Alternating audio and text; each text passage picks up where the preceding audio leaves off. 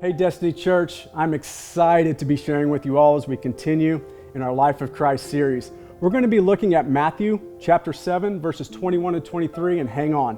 What we're going to be looking at is a very serious passage.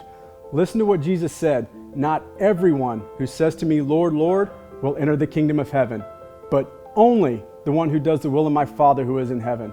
Many will say to me on that day, 'Lord, Lord, did we not prophesy in your name, and in your name drive out demons, and in your name perform many miracles?' Then I will tell them plainly, 'I never knew you. Away from me, you evildoers.'" Listen, no matter how many times I read this passage, it's always so intense to me. Like it injects a really good dose of the fear of the Lord in my life. Why is that? Why is this passage so intense in my life? Well, I think the reason is that people that Jesus is referring to here, they don't consider themselves anti-God. In fact, they're doing some really good religious things, saying some really religious things. In fact, some of them are doing things that are pretty impressive, but they think they are okay with the Lord while they are still not obeying Him. And to me, that speaks to the danger of self-deception. And I thank God that this warning is in His Word. It's very similar to what God told us through Isaiah when He said that these people love me with their lips, they honor me with their lips, they say, "Lord, Lord," but their hearts are far away from me.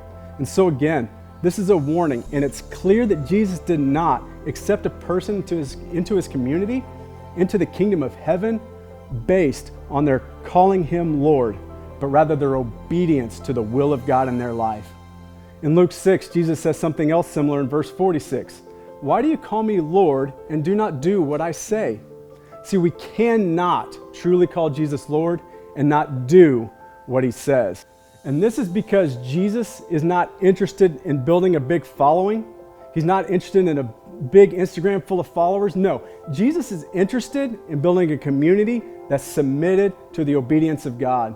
In fact, Jesus talks a lot about submission to God's will. He talked about it in the Lord's Prayer. We can also see it in the garden. He faced the ultimate test of obedience and submission to God's rule in His life.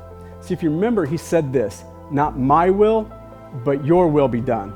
He was the perfect model for how we follow God in obedience. So here's the big idea. The hallmark of our discipleship is obedience to God's will. That's it. That's the scorecard. That's how Jesus keeps score, so to speak. Am I growing in my obedience, or am I shying away from that?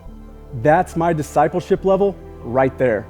Now, I know some of you are thinking, does that mean I have to be perfect and never mess anything up? Of course not. It's not what it means. But if we're truly disciples of Christ, then we're going to desire God's will. This will be the greatest desire of our heart. So let's keep aiming for true discipleship by doing what Jesus says.